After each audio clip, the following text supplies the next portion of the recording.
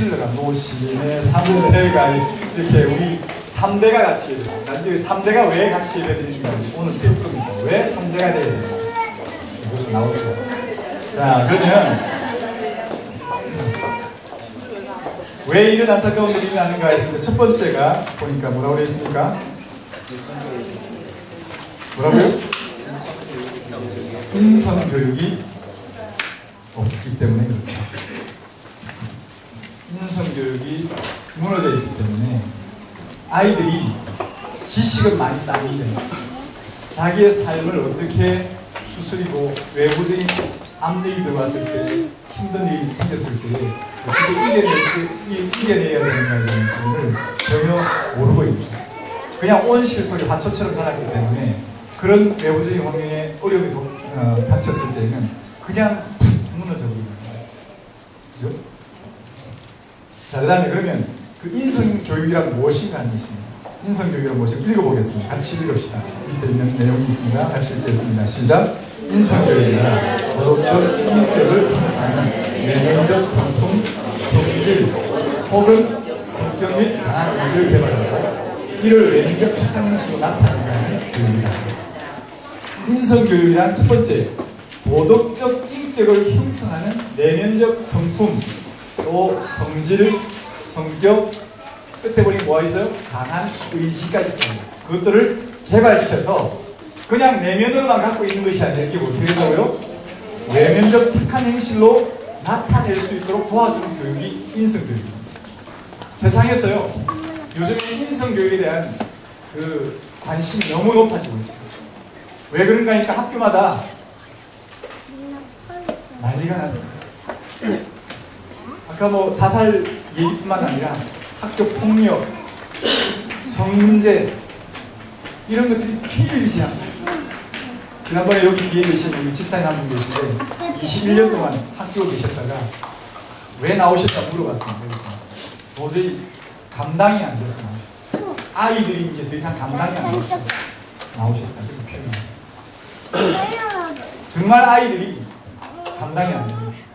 선생님도 감당이 안 되고 그 안으로 들어가면 부모도 감당이 안 되고 어느 누구를 데리다 놔도 얘들 감당이 안 되는 애들. 왜? 교육을 하지. 인성교육이 없고 그 아이들이 무엇을 생각할 줄 알고 그 생각한 것에 의해서 그 깊은 생각에 의해서 어떤 행동을 해야 옳다라는 것을 모르는 거예요. 기준이 없어요. 옳고 그름에 대한 기준이 없어요. 요즘에 세상 문화가 그렇지 않습니까? 포스트 모던 문화이잖아요. 그건 무조건 상대주의입니다. 진리도 절대 진리가 있는 것이 아니라 상대적인 진리가 있을 뿐이다라고 얘기합니다. 신앙을 완전히 무너뜨린 사상이죠. 그래서 구원 얻는 길이 예수만이냐? 그건 절대 진리거든요. 근데 그들은 거기만 있는 게 아니라 이쪽도 있다. 산에 올라가려면 길이 하나만 있냐? 동서남북 다 있지. 이러면서 그것을 상대화시키고 그 절대 진리의 그 힘을 빼버리는 거죠. 아이들이 그런 교육의 환경 속에 자라다 보니까 자기네들이 무엇이 옳고 무엇이 그런지를 판단할 기준이 전혀 없는 거예요. 그러니까 마음대로 행동하고 망나니가 되는 거예요. 특별히 이것은요, 존 듀이라는 미국의 교육학자가 이론을 발표했는데 100년 전에 나온 1세기 전에 나온 존 듀이는 이렇게 얘기했습니다. 아이들이 좋아하는 대로 레벨을 두라. 그리고 선생님은 뭐 해야 되냐면 그 아이가 좋아하는 것을 뒤에서 도와주기만 해라. 이렇게 얘기했어요. 처음에 들었을 때 굉장히 이성적이고 괜찮은 방법인 줄 알았는데 1세기가 지나서 그 이론이 너무 틀렸다는 것이 지금 드러나고 있습니다. 아직도 여러분들 존 듀이의 그런 이론을 가지고 그것이 옳다고 생각하는 분들이 계실지 모르겠습니다. 이것은 실패한 이론입니다. 근데 이론입니다. 그건 진리도 아니었고 이론이라고 하는 것은 될 수도 있고 안 될 수도 있는 거예요. 그래서 그건 결국 이제 그렇게 사람들이 쭉 쫓아갔지만 결국은 아닌 것으로 판명이 나버렸어요. 왜? 아이들이 망가져. 그 이론 때문에. 그래서 아까도 어찌 보면 그 자살했던 학생 1등이었지만 자살했던 그 아이는 이런 인성교육의 부재로 인한 결과를 가져오지 않는가 그렇게 봐지는 것입니다. 그러면 인성교육이 요즘 왜 안 되나? 왜 안 되고 있느냐? 여러분 인성교육 해야 되겠다는 생각은 가지시죠? 네.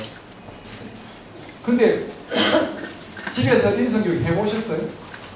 오늘 저희 토론 주제가 맨 마지막에 여러분의 가정에서 어떻게 인성교육을 하고 있냐 그 나눌 건데 한번 생각해보세요. 우리 집에는 어떻게 인성교육을 하고 있는지. 근데 잘 되는가 또 그게. 근데 왜 인성교육이 이렇게 어렵고 잘 되지 않는가 하는 것은 여기에 나와 있습니다. 읽어봅시다. 같이 읽겠습니다. 같이 읽을까요? 시작. 인성교육이 중요하다는 것을 알고 해야만 한다는 심각성을 인식하고 있으나 논리가 없고 논리가 있어도 너무 빈약하다. 인성교육의 내용과 방법은 더욱 모른다. 전통적인 인성교육의 내용과 형식은 점점 사라지고 있다. 그것을 가르치면 시대에 뒤떨어지는 소치가 강하고 전통을 외면하는 결과 인성교육의 부재는 심각한 상황이 되어있다. 자, 여기 보세요. 해야 된다는 마음은 심적인 동의는 돼요. 그런데 어떻게 해야 될지를 모르는 거예요. 방법도 모르고 내용도 몰라요. 그러니까 못합니다. 자, 여러분들 TV가 아이들 교육에 좋아요? 안 좋아요? 안 좋습니다. 안 좋아요. 아이들 인생에 좋을까요? 안 좋을까요? 자, 그러면 그 TV를 아이들에게 보지 않게끔 하려고 하면 여러분들 어떻게 교육을 하겠습니까? 없어요.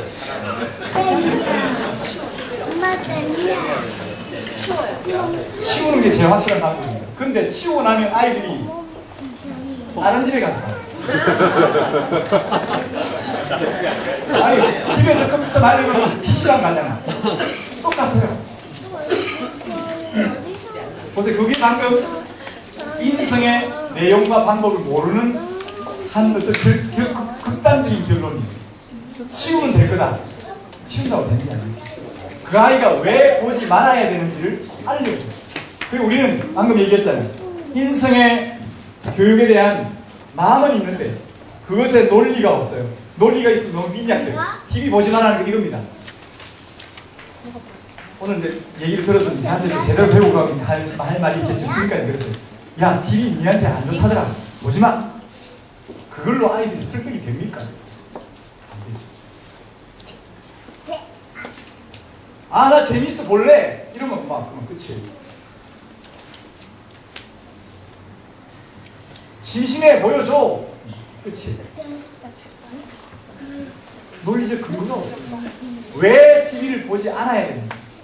TV를 봤을 때 어떤 결과가 오는지를 아이들에게 알려주지 않고 무조건 TV만 치워버리거나 TV를 꺼버리거나 그럼 끊으면 엄마가 잠든 사이에 본다니까요. 제가 이전에 설교할 때 부모가 잠든 사이에 당신의 자녀는 어떻게 하고 있습니다. 이렇게 제가 설교를 했어요. 엄마가 잠들지 뿐만 아니라 또 직장 간다고 나간 사이에 아이들은 또 거기 보는 거예요. 마음껏 열어놓고 보죠. 아이들의 심령에 그게 왜 안 되는지에 대한 정확한 논리와 근거를 가지고 설득을 시켜내야 거기에 효과가 나요. 그러면 자동적으로 아이들이 안 돼요. 그럴 때 TV가 끊어집니다. 자, 그 밑에 읽어보겠습니다. 같이 읽읍시다. 인성, 계속 읽을게요. 시작. 인성교육은 수출한 사상의 근처에 시작해야 합니다. 수출한 사상이 없으면 실천, 즉 행위가 올바로 될 수 없기 때문입니다. 사상은 다이나믹한 행동을 하게 하는 동기를 부여합니다. 논리화된 이론은 실천을 밑받치는 강력한 사상의 구조입니다. 강력한 사상의 구조를 이루는 정립의 논리 혹은 신학이 있을 때 신앙을 가지고 강한 신앙인이 됩니다. 그렇지 못할 때는 설령 성령을 받았다 해도 믿음을 계속 유지하기가 힘들다. 특히 성령의 강도가 약해지면 실천이 곧 완화되기 쉽다. 신앙에도 그대로 적용됩니다. 그래서 마지막 그 부분 읽읍시다. 같이 시작. 가정이나 학교에서 인성교육을 시키기 힘든 이유는 어떤 사상에 근거하여 논리화된 인성교육의 내용이 학문적으로 거의 정립되지 않기 때문에 어렵다는 거죠. 여러분 마음은 있어요. 여러분 여기 오셨다는 이 정도 가정예배학교 올 정도 되시는 분들은 충분히 마음은 100% 있다고 저는 봐집니다. 그런데 그런 충분한 어떤 사상의 근거에서 논리화된 인성교육의 내용이 정리가 되어 있지 않기 때문에 그래서 여기 오시면 여기 잘 오셨어요. 여러분 책 읽으라고 했죠 지난번에 인성교육 학교 그 카페에 들어와서 소감문 남기라고 했는데 몇 분만 들어오셨어요. 유효합니다 아직도. 책 읽으시고 소감문 좀 남기시기 바랍니다. 그건 꼭 필수적인 겁니다. 읽으셔야 돼요. 선생님, 네. 질문이 있습니다. 네. 아이들 TV 끄기 어떻게 설득하면 됩니까? 아, 그거는 책에 나옵니다. 지금 그까지 설명할 시간이 없고요. 책에 너무 잘 나와 있어요. TV의 폐해가 쭉 나와 있습니다. 왜 그런지. 하나만 얘기하면 TV는요, 영상이잖아요. 한 1초에 24카트가 지나갑니다. 그러니까 아이들이 TV를 보고 있으면 생각할 여유가 없어요. 왜? 그림 쫓아가기가 바쁘거든요. 그러니까 아이들이 인성이 깊다는 것은 뒤에 나오겠지만 깊은 생각과 거기에 바른 행동이 나올 때 이게 제대로 인생이에요. 근데 깊은 생각이 되지 않고 영상을 보면 아이들이 너무 얕은 생각을 팩팩팩 날리는 게임을 해도 마찬가지입니다. 생각을 안 하는 게 가장 큰 피해입니다. 아이들이 생각할 줄 모르는 아이가 되어버리는 것이 TV의 가장 큰 피해입니다. 이전 우리 라디오 시대는 괜찮았어요. 라디오는 들어서요 생각을 해야 돼요. 공상하고 자꾸 창조적인 생각들을 이렇게 만들어내는 것이 라디오거든요.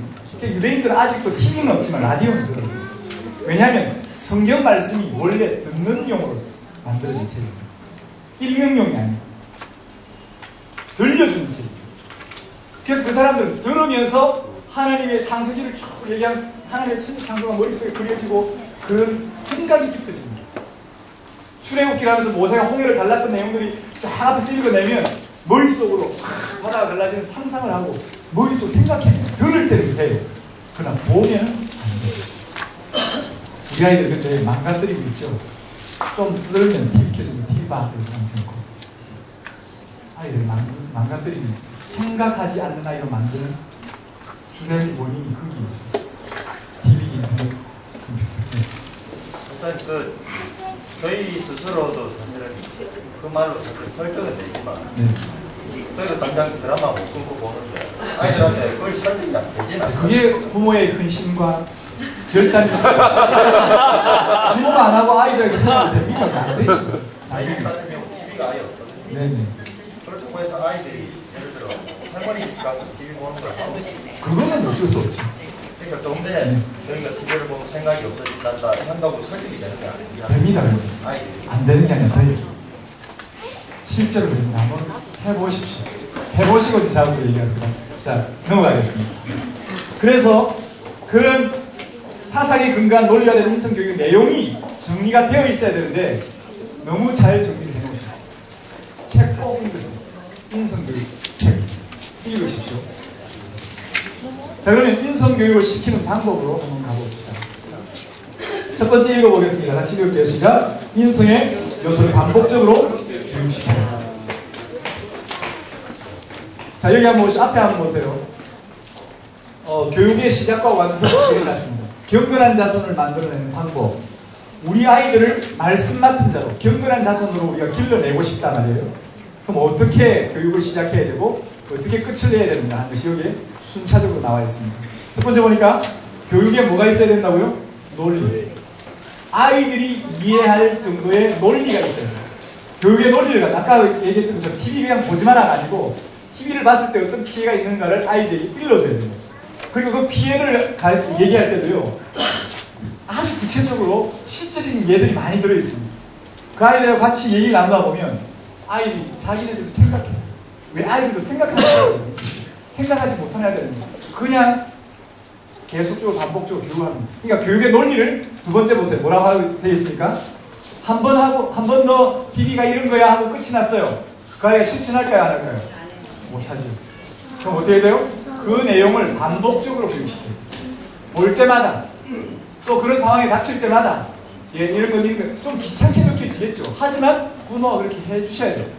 그 다음에 그렇게 반복으로 교육하게 되면 사상이 그 아이에게 들어가게 됩니다. 아, 나는 하나님의 거룩한 백성이고 하나님 말씀 같은 대로 세워져야 될 자인데 자꾸 세상에 들어온 것들이 내 안에 들어와서 누룩으로 자리 잡아서 나를 망가뜨리는구나 하는 사고가 생기게 됩니다. 사상이 들어가게 되고 그것이 아이의 생각을 바꿔내고 성품을 바꿔냅니다.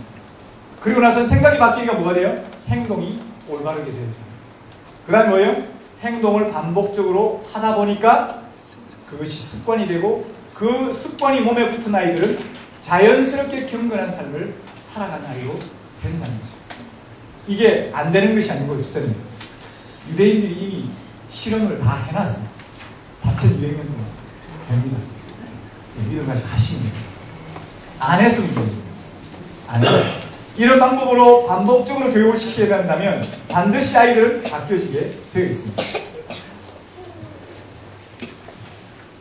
자, 그러면 넘어가겠습니다. 고품격의 인격이라 했습니다. 그것은 아까 얘기했던 것처럼 깊은 생각과 바른 행동에 플러스가 됐을 때 그게 가장 깊은 인격을, 고품격의 인격을 가진 사람이다. 그렇게 볼 수가 있습니다. 그럼 잘못된 인성은 뭔가 하면 생각이 얕아요. 그러니까 그 얕은 생각에서는 제멋대로 된 행동밖에 나올 수가 없는 것입니다. 그렇죠? 생각이 얕으니까 제멋대로 행동할 수밖에 없는 것입니다. 깊이 있게 생각을 안 하는 것입니다. 자, 넘어가겠습니다. 질문을 한번 같이 읽어보겠습니다. 시작.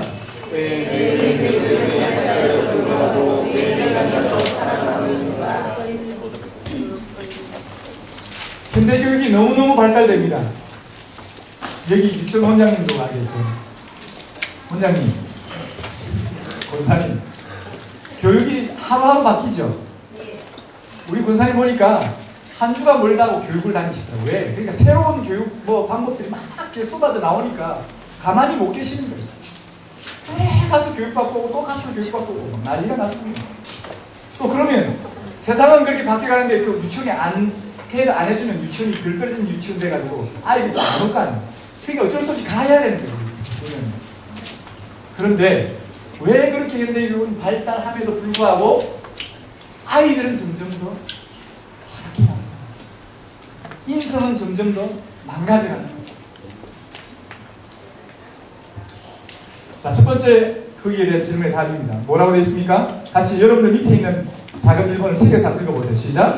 수평문화가 과거 4000년간 1980년 이후 30년간 되는 것이 훨씬 여기 한번 보세요. 앞을 보십시오. 4000년 동안의 농경사회였습니다.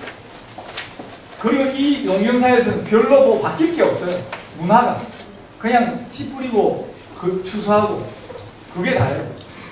그런데 최근에 1970년대 TV가 등장하고 80년대 컴퓨터 인터넷이 나오면서 이 문화가 급격하게 바뀌기 시작해요.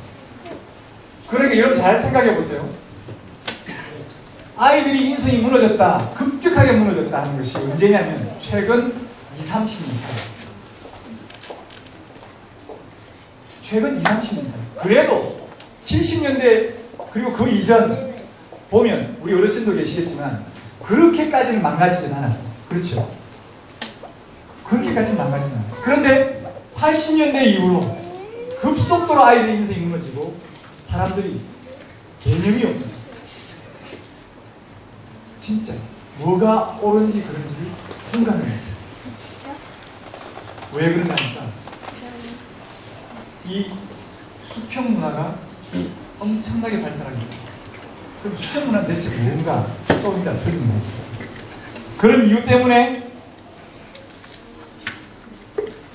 타락하고 있다. 체행군. 이 얘기는 제가 아까 그 사건을 얘기했기 때문에 반복될 것 하지 않겠습니다. 이 아이가 하버드 대학 갈 수재였습니다.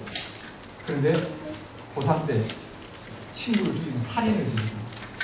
그 방법도 아주 교활하고 정말 경악할 정도의 방법으로 죽입니다. 왜 그랬는지 자기 아버지 어머니는 의사였어요. 미국의 의사였어요. 돈은 충분히 있었고 환경 충분히 해서 아이에게 공부할 수 있도록 다 해줬었고 그러나 엄마 아빠가 바쁘다는 이유로 아이와 함께하는 시간이 없었어요. 인성교육이 안 됐던 것입니다. 다섯 번째 다시 질문 읽겠습니다. 시작. 왜 교회가 무너지고 있는지.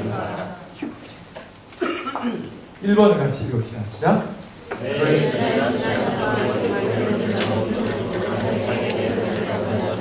자, 이것은 지난주에 우리가 한번 나누었습니다. 누가 한번 대답해 보세요. 왜 2000년 동안 기독교는 어느 민족도 지금 복음이 전수되는데 실패하고 있습니까? 예루살렘 교회 무너졌고 없고요. 그 다음 안디옥 교회도 없습니다. 소아시아 일곱 교회도 없고요. 유럽에 있는 교회가 다 무너졌고, 영국 교회도 무너졌습니다.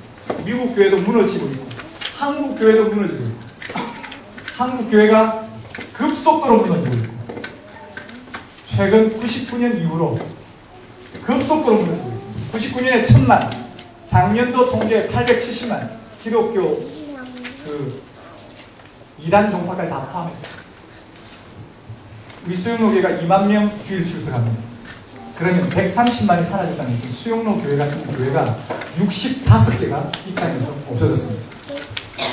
급속도로 무너집니다. 왜? 지난주에 이런 말씀드렸죠. 뭐 때문에 그랬죠? 수직전도를 안 해도 그렇습니다. 수직전도 땅끝까지는 했지만 수천 대까지에 대한 구약의 지상 명령을 잃어버렸기 때문에 그런 결과가 맞다는 것입니다. 목사님 질문을 이해하시죠. 죄송합니다. 자꾸 많이. 근데 좋은 학생입니다. 저희가 유대교가 아니지 않습니까? 네. 아, 그건 여기 설명 나옵니다. 유대교는 네. 수직전도에 집중했지만 네. 대신에 유대인만 있잖아요. 네. 저희 수평전도에 사실 기독교는 네. 힘쓰다 보니까 장단점이 있습니다. 장단점이 있는 게 아니라 둘 다 해야 되는 것이죠. 그렇게 하면 유대인들은 수평을 잃어버린 것이고요. 신약의 그리스도인들은 수직을 잃어버린 것이죠. 그러니까 두 날개가 딱 같이 갖춰져야 되는데 한쪽 날개만 있으면 무너지는 것이죠. 이왕 말씀 나왔으니까 말씀드릴게요. 여러분 셀 교회 많이 들으셨죠? 제가 수영로 교회에 있습니다. 수영로 교회는 두 날개를 얘기합니다. 한쪽 날개는 대그룹 예배, 한쪽 날개는 소그룹 예배에서 사랑방을 강조합니다. 근데 이 두 쪽 날개라고 하는 것이 결국 한쪽 날개입니다. 무슨 얘기인가 하면 대그룹 예배나 소그룹도 전도에 대한 수평 전도에 대한 포커싱이 되어 있습니다. 제가 그렇게 가르쳤어요. 우리 SLS 할 때. 우리 사랑방 이름이 4W 전도 사랑방입니다. 사랑방의 목적은 전도에 있습니다. 재생산에 있어요. 공동체 예배, 대예배도 마찬가지입니다. 그럼 한쪽 날개는 어디 갔어요? 그게 바로 가정입니다. 그게 수직전도가 일어나는 가정입니다. 그 수직전도가 일어나는 가정과 수평전도가 일어나는 대그룹과 소그룹이 함께 움직여 갈 때 이 땅에는 이런 교회의 무너짐을 막아낼 수 있는 힘이 생기는 것입니다. 너무 처음 듣는 얘기라 깜짝 놀라셨겠지만 그럴 필요가 있습니다. 자, 그 다음 넘어가겠습니다. 지금 이게 제가 그냥 아무 생각 없이 하는 얘기가 아니라 이미 학적으로 다 정리를 해놓은 거 제가 알려드립니다. 아까 지금 두 날개 얘기도 셀 우리나라 초창기 했던 그 배웠던 김친환 목사님이라고 계신데 그분이 셀에 미쳤어요. 폭 빠졌다가 자기가 실제로 해보다가 셀이 한계가 딱 오는 거예요. 아, 이게 아니구나. 그리고 그 조엘 이름이 기억 못했어요. 남미에 있는 하여튼 그 학자가 자기가 그 셀 폭발 그 책을 만들었는데 자기가 선언했어요. 이거 아닙니다. D12 이거 아니다라고 얘기했어요. 그런 학자들의 근거에 학문에 그 다 연구한 것에 근거해서 제가 말씀드립니다. 저는 헛소리 안 합니다. 그러니까 믿으시고 그러시기 때문에. 자, 두 번째. 그럼 유대인들은 어떻게 4200년 전수했는가? 말 그대로죠. 말씀 전수에 목숨 걸었기 때문에. 그렇죠? 자, 그 다음 세 번째. 그러면 왜 기독교인들이 유대인식 자녀교육을 배워야 됩니까? 여러분 좀 그런 마음이 안 드세요? 유대인 하니까 그런 마음이 들잖아요. 첫 번째 읽어보겠습니다. 시작. 기독교인이 아브라함의 자손이 영적으로 우리도 유대인 인정이 되십니까? 예. 우리도 영적으로 유대인입니다. 그래서 영적으로 하나님께 교육받고 훈련받을 때는 유대인의 그 구약의 훈련 방법을 그대로 받아도 괜찮습니다. 읽읍시다. 갈라디아서 3장 6절에서 9절까지 시작. 아브라함이 하나님의 이름에 의로 정하셨다과 같습니다. 그런즉 믿음으로 말미암은 자들은 아브라함의 자손인 줄 알지어다. 또 하나님이 이방을 믿음으로 말미암아 의로 정하실 것을 성경이 미리 알고 먼저 아브라함에게 복음을 전하되 모든 이방인이 너로 말미암아 복을 받으리라 하였느니라. 그러므로 믿음으로 말미암은 자는 믿음이 있는 아브라함과 함께 복을 받느니라. 아멘. 갈라디아서 누가 썼어요? 바울이 썼습니다. 바울은 어떤 사람입니까? 유대인 중에 유대인, 바리새인 중에 바리새인. 그 사람의 사고 속에는 이미 이런 사고가 딱 잡혀있는 사람이에요. 그가 글을 썼습니다. 이 글을 쓸 때 어떤 의미를 가지고 썼겠는가 여러분 생각을 해보십시오. 우리 신약교인들에게는 유대인들이 하던 구약의 그런 모든 것은 다 필요가 없다고 얘기하고 있는 겁니까? 천만의 말씀입니다. 이는 이미 그 삶을 살고 있었어요. 바울은 이미 그런 말씀에 근간 삶을, 기억나는 삶을 살아오는 사람이고 지금도 살고 있는 거예요. 그 삶에 예수 그리스도의 십자가의 능력이 들어왔을 뿐이에요. 이번에 제가 여기 이스라엘 집에 갔습니다. 아시아 최초로 부산에 센텀에 이스라엘 집이 생겼습니다. 홀로코스트가 생겼습니다. 모르고 계셨죠? 들어보신 분도 계실 것이고. 아시아 최초입니다. 저희 참 놀랐어요. 그날이 저희들이 미국에서 이 세미나 마치고 돌아오면서 3월 3일날 도착했는데 3월 4일날 개관식을 오면서 아내하고 비행기 안에서 그 얘기했어요. 여보 우리도 그 유대인들 홀로코스트 그 박물관 가보니까 너무 좋은데 우리도 이런 거 좀 있으면 좋겠다. 그런데 그 다음날 벌써 생겼더라고요. 할렐루야. 바로 갔어요. 가보니까 너무 좀 빈약해요. 미국에 있는 것보다. 앞으로 점점 더 커지리라 생각합니다. 그들은 그렇게 자기의 삶을 관리해내고 찾아갑니다. 바울은 이미 그런 사람이에요. 우리가 그냥 예수 믿어서 십자가 복음으로 그걸로 끝 아니고 복음을 믿었으면 이제 그때부터 우리는 유대인들의 그 생활의 방식과 교육의 방식을 쫓아서 가야 됩니다. 여기 한번 보십시오. 출생입니다. 유대인들은 태어나면서부터 뭐예요? 선민. 맞습니까? 네. 모르세요? 유대인들은 태어나면서도 선민이기 때문에 그들은 자기가 구원받았다. 택한 백성이기 때문에 당연히 구원받았다고 생각합니다. 그러면 그렇게 구원받은 사람이 이제 삶을 시작했다. 그럼 뭐 하는 거예요? 이 삶은 마지막 저희는 하나님의 형상을 닮아가기 위해서 애쓰는 삶입니다. 그게 뭐? 우리 말로는 성화되는 삶입니다. 성화의 과정 가는 삶입니다. 유대인들은 출생서부터 성화의 삶을 시작합니다. 그래서 그들은 율법을 어릴 때부터 가르치고 그 율법대로 살아가도록 말씀 맡은 자가 되도록 가르칩니다. 평생을 그 말씀을 쫓아갑니다. 랍비가 이번에 에들러스테인의 랍비가 그렇게 거룩에 대해서 강의하는데 당신들은 왜 그렇게 거룩을 따지냐? 율법이 이렇게 하는 게 어렵지 않느냐? 지키는 게 너무 힘들지 않느냐? 그게 아니고 율법을 우리는 항상 선택의 기회를 산다. 매일 24시간 율법을 따라갈 거냐 세상을 따라갈 거냐 항상 기로에 놓여 있는데 자기네들은 율법을 쫓아가게 되면 하나님께 더 가까이 간다고 생각하기 때문에 율법을 쫓아간다 이렇게. 그네들은 율법을 쫓아감으로 구원을 얻는다 이거 아니에요. 이미 구원은 되어 있는 사람들이고 그 삶을 하나님 앞에 거룩하게 하나님의 형상을 이루기 위해서 율법을 쫓아가는 거예요. 구원 얻기 위해서 간다. 그건 잘못된 생각입니다. 오해, 우리들의 오해입니다. 신약교인들의 오해입니다. 자, 그러면 우리 그러면 유대인들 말고 우리는 어떠냐? 태어나면서 우리는 예수 믿어야 안 믿어요? 예수 믿고 태어나신 손 들어보세요. 없잖아요. 근데 예수 안 믿고 태어나죠. 그럼 어느 시점에 예수 믿게 됩니다. 그때서야 누가 되는 거예요? 방금 우리가 갈라디아서 읽었던 것처럼 영적인 유대인입니다.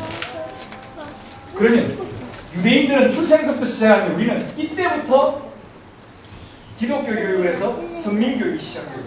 그것이 반복적이고 쇠막이 이루어져야 이 우리의 삶이 제대로 된 성화의 삶을 살아갑니다. 근데 요즘에 우리 교회들은 너무 값싼 복음을 값싼 복음이란 무엇인가? 너 예수 믿었어? 구원받았어. 넌 축하해. 그걸로 끝이에요. 그 뒤에 네 삶은 어떻게 될 것인가? 너의 복음의 삶은 어떻게 살아내야 되는 것인가? 어떻게 하나님의 형상을 이루어갈 것인가에 대해서는 언급하지 않습니다. 거의. 제가 놀란 것이 SLS 1과정을 했어요. 다른 교회 안수 집사님 계신 분이 오셨어요. 첫 강의를 들을 때, 제가 강의를 하고 나서 그분의 고백이 들어요. 목사님, 제가 30년 넘게 신앙생활에서 이런 교육을 처음 받았는데 우리의 현실입니다.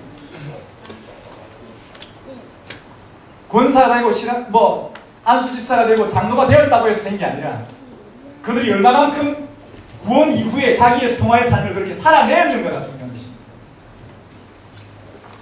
우리는 그 구원 이후의 삶을 어떻게 하나님의 형상을 이루어갈 수 있도록 도울 것인가. 그렇게 살리다 보니까 가정을 성전으로 삼아야 돼요. 그렇게 살리다 보니까 가정 예배를 드려야 돼요. 거기에 목적이 있어요. 그냥 가정 예배만 드리자는 게 목적이 아니에요. 그 기본 베이스는 하나님의 삶을 형상을 이루어내는 예수 그리스도의 형상을 이루어가는 그것을 위한 목적이 있기 때문에 가는 것입니다. 그래서 우리가 구원 얻기 이전에 인성교육을 하는 것은 복음을 받아들이기 위한 마음의 토양자 복음입니다. 네 가지 밭이 있죠. 길가밭, 가시밭, 돌짝밭, 옥토밭. 옥토밭에 심긴 것이어야만 열매를 맺습니다. 그렇죠? 우리의 인성의 밭이 잘 갖추어져 있으면 우리가 복음을 받아들였을 때도 아름다운 열매를 풍성하게 맺어낼 수가 있죠. 근데 그렇지 못한 토양을 가진 사람들은 돌짝밭같이, 가시밭같이, 길가밭같이 복음이 힘을 못 씁니다. 힘을 못 써요. 자기의 삶의 복음이 힘을 못 쓴다고요. 자, 그 다음에 두 번째입니다. 기독교인의 구약에 대한 가장 큰 오해, 신약과 구약의 중심제가 다르다. 읽어보겠습니다. 앞에 한번 보세요. 읽읍시다. 시작. 신약의 중심제가 구원을 위한 복음이라. 구약의 중심제는 선민교회, 즉 기독교. 신약의 핵심어가 예수님의 십자가라면 구약은 핵심입니다. 근데 신학자들 이제까지, 구약학자들도 마찬가지였습니다. 이제까지 구약도 구원론적 관점에서만 보려고 했어요. 그게 하나의 실수였어요. 물론 구원론적 관점이 없다는 건 아닙니다. 절대 없다는 건 아니지만 거기에만 포커스를 뒀어요. 그러므로 교육신학적인 측면에서는 그것을 조명해 주지 못했기 때문에 삶이 무너졌어요. 어렵습니까? 나중에 또 궁금한 질문하세요. 얼마나 목사님, 네. 네. 사실 지금 하시는 말씀은 사실 또 위험하지. 아니요, 전혀 안 위험합니다. 제가 알려드릴게요. 기독교의 그 가장 기본적인 교리가 네. 저희가 믿음으로서 구원을 얻는 건데 네네. 이미 저희가 유대인처럼 이미 믿음과 관계없이 구원을 얻었다 이렇게 주장하면 네. 그 요한이나 예수님 하시는 말씀에 구원은 회개하고 구원은 아니, 제가 얘기해드린 거는 유대인들의 그대 사고를 얘기해드립니다. 제가 얘기한 건 유대인들은 이미 태어나면서 구원을 받았다 이 얘기한 게 아니고 그들의 사고 구조입니다. 그들의 유대인의 신앙입니다. 우리 기독교 신앙이 아닙니다. 네, 유대교다. 네, 그렇죠. 근데 그걸 저희는 믿음으로서 구원을 얻는 거죠. 그렇죠. 그러면 자, 방금 얘기했던 것이 이겁니다. 실사님 그 자꾸 이제 걸리는데, 그럼 믿음으로 구원 얻었어요. 그럼 어떻게 살아갈 거예요? 성화 과정이 그 다음은 그 성화 과정이 어떻게 가냐고요. 어떻게 성화가 되어갈 것인가. 성화되어가는 방법이 무엇입니까, 집사님? 어떻게 자기 삶을 성화시켜갑니까? 하나님이 형상을 이루어 가십니까? 교육 신학적인 입장에서 그걸 가져옵니다. 구원론하고 헷갈리지 마세요. 절대 유대인처럼 그렇게 하면 구원은 이거 아닙니다. 우리 이미 동일하게 예수 믿음으로 구원 받은 사람입니다. 구원을 받은 이후에 우리의 삶을 어떻게 살아갈 것인가에 대해서 선민교육을 하자는 것이지, 구원받지 않은 사람에게 이거 강조 안 합니다. 예수 믿지 않는 사람들 이거 얘기할 필요도 없어요. 그건 좀 더 집사님 고민하시라고 답을 드립니다. 지금 시간이 자, 그 다음에 6번째 같이 한번 읽어보겠습니다. 시작. 자녀는 제1순위의 성교이다. 성교학적 측면에서 이미 지난주에 다루었습니다. 그죠? 우리 아이를 제1순위의 선교 대상으로 삼으시죠. 여러분, 이거 간과하지 마십시오. 말은 이렇게 듣고도요, 집에 가서 안 해요. 자녀들에게 복음 여러분 확인해 보셨습니까? 구원 확인해 보셨어요? 여러분 자녀가 구원에 확신이 있는지 한번 질문을 던져보신 적 있나요? 너무 어려서 가능합니다. 하셔야 돼요. 그 아이들은 우리에게 복음을 들어야 될 세상입니다. 하나님의 말씀을 가르침을 받아야 될 세상입니다. 그냥 교회만 데리고 온다고 그 아이들이 신앙 안에 들어가지 않습니다. 여러분들에게 달려있습니다. 부모에게 달려있습니다. 목사님에게 달린 거 아닙니다. 자기 자녀는 하나님께서 자기 자녀는 자기가 교육하라고 말씀하고 있습니다. 자, 또 넘어가겠습니다. 자, 그러면 인성교육과 세대 차이, 아까 이제 세대 차이 말씀드렸는데 한번 보겠습니다. 옆에 있는 거 읽어볼까요? 7번 옆에 시작. 세대 차이는 교육의 차이다. 세대 차이는 교육의 차이다. 왜 적이라고까지 표현했을까요? 말라기 4장 6절을 같이 읽겠습니다. 큰 소리로 읽습니다. 시작. 그가 아버지의 마음을 자녀에게 돌이키게 하고 자녀들의 마음을 그의 아버지에게 돌이키게 하고 돌이키지 아니하면 그에게 내가 와서 저주로 그를 침까하노라 하시니라. 아버지의 마음을 자녀에게 돌이키고 자녀들의 마음을 아버지에게 돌이키고 지금은 아버지 마음 따로 자녀 마음 따로 이게 바로 세대 차이입니다. 하나님은 세대 차이를 두지 말라고 얘기하고 혹 그렇게 세대 차이가 생기면 내가 와서 저주로 그 땅을 칠까 하는 거예요. 무슨 얘기죠?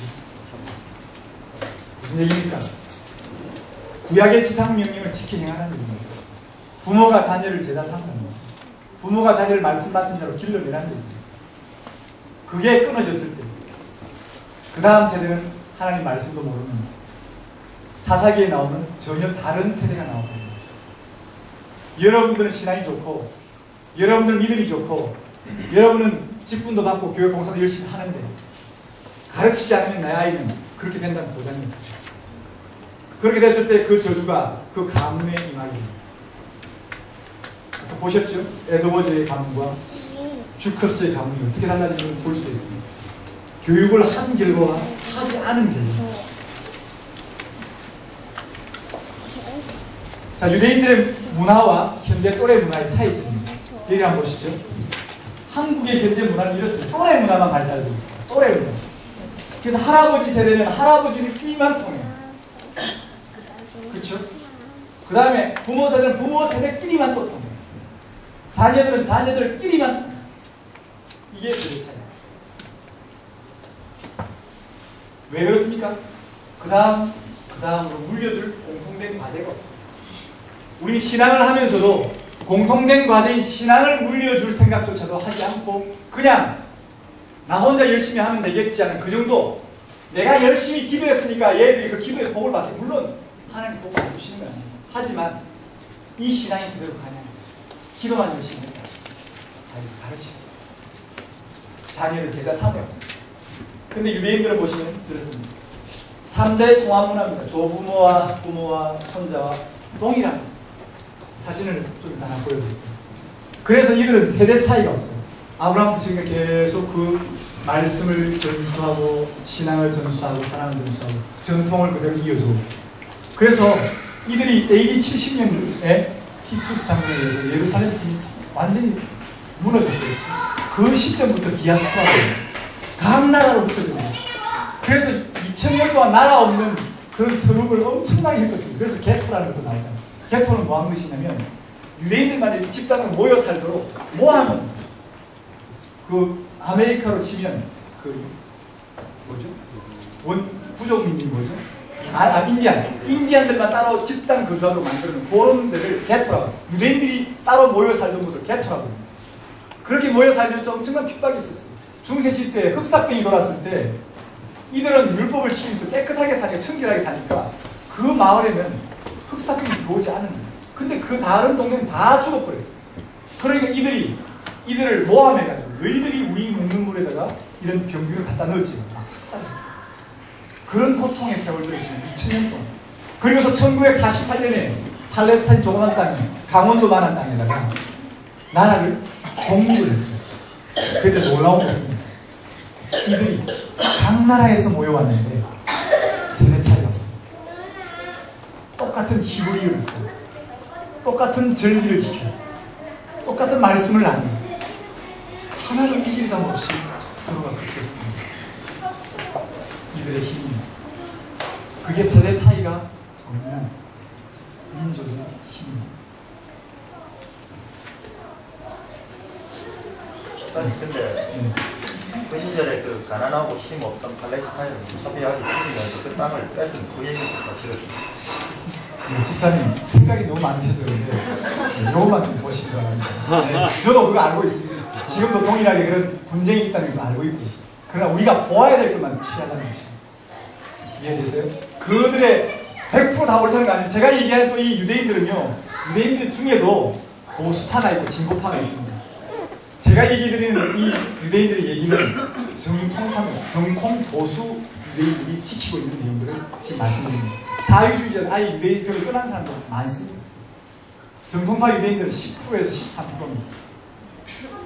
남은 자기는 보시면 되겠습니다. 충분히 이해되지만 생각이 너무 저쪽까지 가지 마시고 여기만 보세요. 그래서 결과로 볼 때는 극심한 또래 문화의 발달, 극심한 세대 차이, 세대 간의 대화와 소통이 불가능합니다. 어려운 거죠. 그러나 그 옆에 볼 때는 또래 문화가 거의 없고 세대 차이가 없고 세대 간의 대화 소통이 가능하다는 거죠. 하나 더 넘기고 있습니다. 저희 교회 그리고 유대인 회당에 대해서 한번 보겠습니다. 우리 교회의 모습입니다. 한국과 북미주 교회들은 이런 형태로 나누어져 있습니다. 영화부터 시작해서 장면주의 거의 부살법으로 이렇게 나누어 있습니다. 교회 오면 부모님들이 교회를 아이들 다 데리고 오면 어떻게 합니까? 아이들은 교육관으로, 부모는 본당으로. 같은 말씀을 들을 수 있는 기회가 없어요. 그러니까 다른 생각, 다른 말씀, 물론 하나의 말씀이지만 아이들하고 소통이 되지 않는 세대 간의 단절이 일어나고 있는 문제입니다. 근데 회당은요, 이번에 가보니까 그렇더라고요. 한가정 3대 통합 예배를 드리지만 아니라 1세를 학교가 주관하고 예배가 마치자마자 집으로 가요. 주일 학교가 그런 게 없어요. 회당에 주일 학교가 없어요. 그럼 주일 학교는 어디서 하는 겁니까? 가정에서 하는 거예요. 부모가 자녀를 키우는 거야. 그러니까 이 랍비는 최대한 가족들이 함께 모일 수 있도록 도와줍니다. 빨리 마치면 집으로 가고 집에 가서 배울 수 있도록 아버지가 자녀를 가르칠 수 있도록 부모 교육을 시켜줍니다. 그게 랍비가 하는 그 자기 임무가 그것입니다. 교회로 끌어모으는 게 임무가 아니라 어떻게 하면 얘들이 가정에서 더욱더 3대가 함께 모여서 그런 말씀을 나누고 신앙을 전수하고 할 수 있도록. 왜냐하면 걔네들은 이미 가정을 통해서 전수된 것이 맞다라고 알고 있고 그것이 진리라고 알고 있기 때문에 그렇게 하는 거예요. 그래서 같은 성경의 가치관을 가지게 되고 전통 문화의 세대 차이가 없다는 것입니다. 그래서 결론으로 볼 때는 한국 교회는 1세대들의 신앙과 전통을 자손들에게 전수하기 위해서 세대 차이가 없는 유대인의 모델을 따라갈 필요가 있다. 오늘 마지막으로 네. 사실 저희의 이런 철학이 네. 지금 현재 수영료 교회 철학과 완전히 위배가 되는데, 왜냐면 지금 현재 아이들을 저희가 주일학교로 보내고 이러면 세대 차이를 만들잖아요. 근데 저희가 원하는 건 그게 아닙니다. 그렇죠. 그럼 목사님께서 지금 수영로 교회 안에서 가정 예배를 학교를 하시면서 최종적으로 그리신 그림이 제가 담임 목사님하고도 이런 얘기를 나누었습니다. 담임 목사 모르고 계신 거 아닙니다. 가정 예배 하고 있다는 것도 알고 있고 제가 지난 유대인 그 다카를 왔다는 다 알고 있습니다. 담임 목사님이 이미 호주에 시드니 교회에 있을 때도 그 부목사님 한 분이 이런 분이 있어서 얘기 다 알고 있어요. 그런다 담임 목사님 입장에서 있었을 때 시기적으로 아직은 아니죠. 수영로 교회 전체로 봤을 때는 아니라고 판단이 되어지고 담임 목사님 충분히 이해됩니다. 제 마음 같아서는 수영로 교회가 지금 이렇게 갔으면 좋겠어요. 그게 옳다라고 저는 봅니다. 그러나 전체를 지금 한 번에 움직일 수 있는 상황은 아닙니다. 대신에 거기에 대한 대안을 지금 찾아가고 있는 중이죠. 가정예배학교 통해서. 또 저는 교육국하고 그 디렉터와 같이 얘기를 나누면서 어떻게 하면 주일학교하고 가정이 연계될 수 있는 것들을 만들어낼 수 있을 것인가. 그걸 좀 같이 의논하고 함께 고민해 봤습니다. 목사님, 저도 뭐 집사람 중에서 강의 중에 질문이 들어가서 죄송한데, 저도 집사님 통해서 뭐 그런 내용들을 듣고 했는데, 저도 아버님 밑에서 가정 예배를 드리고 그렇게 했지만, 지금 뭐 성경이 이렇게 성경이 개정이 되고 이런 부분에 솔직히 반대를 하고, 아이들이 찬양하는 부분도 솔직히 반대를 하는 입장이거든요. 같은 찬양을 드리지 않은 쪽이었는데 어쨌거나 명령이 떨어졌어요. 그걸 보면서 그런 부분은 공용을 하더라도 아이들의 교육의 부분들은 또 달리해야 된다고 생각하는 사람이거든요. 그래서 전통에 대해서 전 유대인의 방식이죠. 그거는 나중에 설명드리겠습니다. 제가 여기서 하고자 하는 것은 최종적으로 제가 김용수 박사님께서 시험하 목회자 그림 갔을 때도 마지막 날 그 얘기입니다. 뭔 얘기냐면 나는 절대 유대인을 만들어내려고 하는 것이 아니다. 그건 뭘? 한국인 그리스도인을 만드는 거예요. 한국의 민족 정신이 있어야 돼요. 우리 고유의 것도 있어야 되고, 그리고 그리스도인으로서 어떻게 삶을 살아가야 될지에 대한 부분도 같이 있어야 돼요. 이거는 우리가 모델로 볼 수 있는 하나의 예일 뿐입니다. 유대인. 왜냐하면 그들은 4200년 동안 예를 가지고 있잖아요. 이미 그걸 이미 임상이 되어 있잖아요. 그러니까 우리는 그 성경을 토대로 해서 임상이 다 이루어져 있는 그 부분을 가져와야죠. 여러분들 미국에서 여러분 한국 교회에서 미국에서 이미 이루어졌던 그들 도입 안 합니까? 리고렌 목사님 세들백 교회 공동체가 이끄는 사실, 목적이 이끄는 사실 우리 다 했잖아요. 수영로 교회에서. 근데 지금 리고렌 교회가, 그 세들백 교회가 일본에 갔다 왔습니다. 제가 들어갈 때 그 법정관리 들어간다고 얘기 들었어요. 실제로 그런가 싶어서 가서 성도에게 물었습니다. 물어보니까 진짜 그렇대요. 그 캘리포니아 지역이 12%의 실업률을 내기 때문에 교회 재정이 너무 부족한 거죠.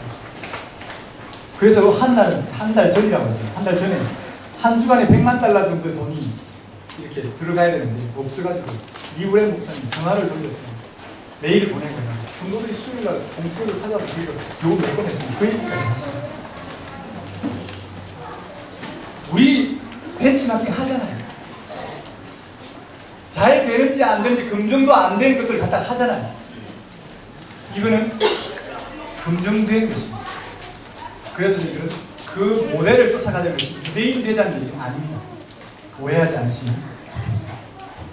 목사님, 근데 수직 전도가 검증이 되는 건 유대교가 있고, 네. 수평 전도가 성공한 기독교는 있지만, 네. 둘 다 성공한 지금 이제 만들어가는 거예요. 이론적으로 이제 정립이 된, 이제서야 이게 발견되었기 때문에 그 이전에는 없었어요. 그리고 이번에 발견된 이 신학적인 것들이 각 신학계에서 교육신학적인 부분, 구약신학, 신약신학, 실천신학 전체에서 다 인정을 받았어요. 그래서 이 학회가 생겼어요. 우리나라에. 신학적으로도 전혀 문제되지 않고 실천론적인 방법적으로도 전혀 문제되지 않는 것입니다. 여러분 걱정 안 하시고 물론 고민하셔도 괜찮습니다. 그래서 고민하십시오. 자, 그리고 넘어가겠습니다. 그래서 이들은 볼 때 이렇게 3대가 할아버지, 아버지, 손자까지 3대가 함께 새벽 예배를 옵니다. 지금 새벽 예배 드리고 있잖아요. 우리보다 새벽 예배를 더 철저하게 합니다. 하루에 3번 기도하죠. 새벽에 하고, 정오에 하고, 저녁에 기도하고. 이렇게 기도하고 있습니다. 서로 부모와 자녀가. 자, 그래서 세대 차이를 없애는 것입니다. 제가 이제 아까 방향성에 대해서 물어보겠습니다. 한마디 말씀드리면 그렇습니다. 저는 그래서 교회와 가정과 학교가 삼박자를 이루는 그런 목표표가 있는 겁니다. 거기가 목표입니다. 최종적인 골은 그게 있어요. 오늘은 가정 예배를 통해서 여러분들 가정을 먼저 세우는 것이 우선이고, 그 다음에 교회를 그렇게 패러다임을 바꾼 교회를 만들고 같이 작업을 하면서 학교까지 해야 되는 것이 정말 맞다고 봅니다. 왜냐하면 지금 유대인들은 이미 아까 말씀드린 것처럼 유대인들은 이미 사회 구조가 그렇게 돼 있어요. 아이들이 학교에 가면 1시간 기도부터 합니다. 아까 이렇게 배우고, 그 다음 오전 내내는 토라와 탈무드만 배웁니다. 신앙교육 시키는 것이, 아까 사상 얘기하는 인성교육을 먼저 시킵니다. 그리고 점심 먹고 나면 수학과 뭐 공부합니다. 그런데도 그네들은 세상에 나갔을 때에 탁월합니다. 다른 민족이 못 쫓아와. 이렇게 한 예를 들어드리면, 우리나라에 서울대학교를 나오고 이분이 너무 똑똑해가지고 서울대학교 다 마치지 않고 미국으로 유학을 갔어요. 하버드에서 공부했습니다. 1학년 때는 따라갔대요. 자기가 외우는 거예요. 우리는 외워서 공부하는 거예요. 외우는 거 너무 잘하니까 1학년 때는 뭐 쉽게 갔대요. 2학년이 딱 되기 시작하면서 막 공부가 하기 시작해요.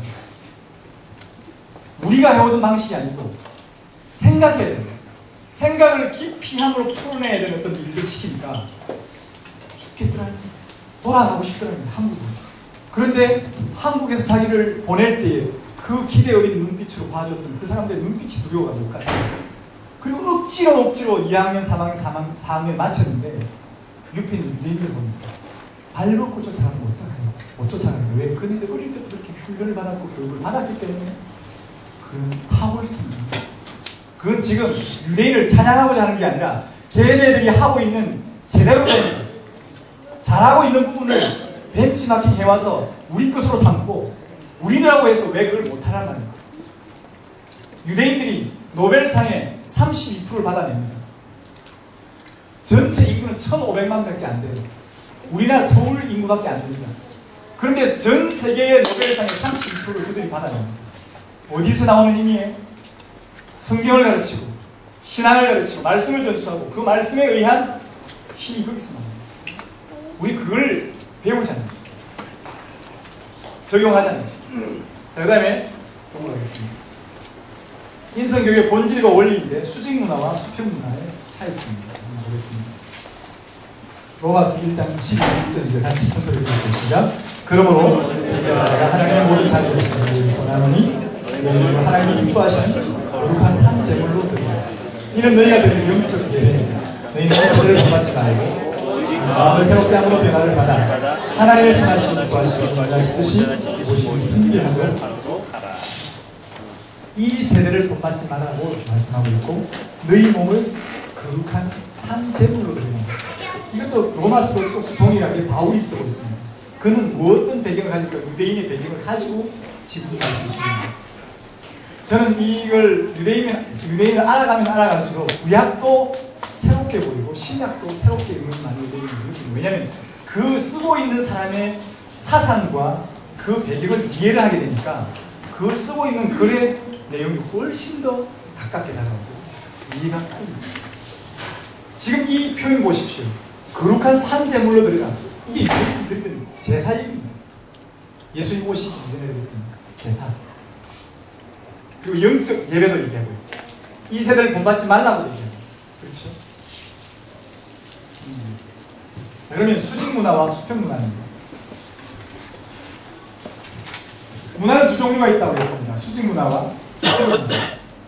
수평문화를 보시면 표면문화입니다. 여기에 보면 수평문화의 내용들이 들어있습니다. 한번 읽어볼게요. 이쪽에 읽읍시다. 시작. 물질, 명예, 권력, 성, 유행과 테크노로나 현대 학문과 과학. 그 다음에 일시적이고 외형 중심이고 바뀌는 문화입니다. 그리고 가치가 영구적인 가치가 아니라 일시적인 가치고요. 한마디로 딱 요약하면 인간의 육을 자극하는 문화가 수평문화입니다. 여기에는 아까 얘기했던 그 아이가 현대 학문도 포함되어 있습니다. 과학도 포함되어 있습니다. 요즘 현대 학문이 얼마나 빨리 바뀌는지 아시죠? 특히 IT 같은 경우는 하루 안에도 수십 건이 수백 건이 일어나서 바뀌어져요. 일시적입니다. 근데 많은 사람들이 크리스찬이라고 할지라도 자녀 교육을 생각하면서 뭘 하고 있냐면 이것에만 포커스를 하고 있어요. 가나다라 외우기만, ABCD 하기만, 그것만 잘하면 아이가 다 잘 될 거로 알고 거기에만 포커스 두고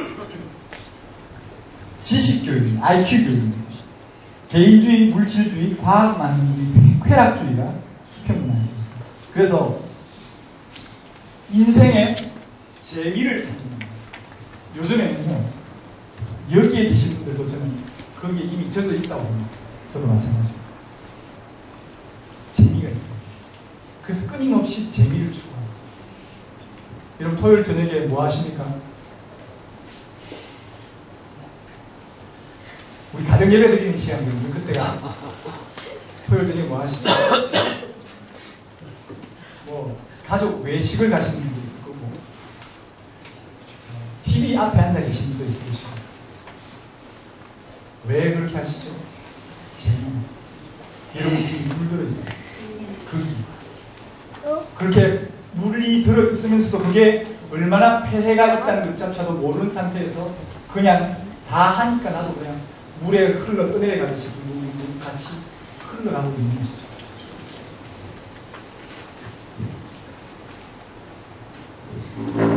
그래서 지난번에 우리 가정을 거룩하게 만들어낼 때 역청을 발라라, 수평 문화를 차단하라 하는 내용을 올려드렸습니다. 우리가 하나님 앞에서 성화의 삶을 살아간다, 거룩을 이루어간다, 하나님의 형상을 닮아간다, 이거 다 하면서 그거 안 돼요. 이거하고 그거는 상반이에요. 그러면 결단하면서 내가 자를 것 자르고 막을 것 막아야지 된다는 얘기를 하고 있습니다. 그러다 반대로 수직 문화를 한번 봅시다. 수직 문화 여기 한번 읽어볼게요. 같이 읽을게요. 시작.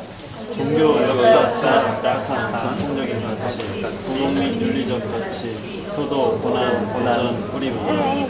읽읍시다. 인간의 내면적 정신세계의 가치고 그의 영구적인 가치, 바뀌지 않는. 아까 인성 얘기했을 때 아이들이 여기만 물들어 있기 때문에 인성이 없어요. 수직 문화를 통해서 인성이 세워진 것입니다. 인생의 그릇은 수직 문화를 통해서 세워지는 것입니다. 요즘에 시간 좀 하나만 말씀드릴게요. 우리나라 초등학교 공교육이 들어오게 된 배경을 여러분 알고 계실 거예요. 어디서 들어온 것이죠? 네? 미국에서 왔습니다. 우리나라 공교육이 다 미국에서 왔습니다. 그러면 미국의 공교육은 어디서 생겼느냐 이거 아세요? 아직도 미국은 사립과 공교육이 확연히 구분되어 있습니다. 원래는 사립학교들이 줄을 이루고 있었습니다. 근데 왜 공교육을 만들었는지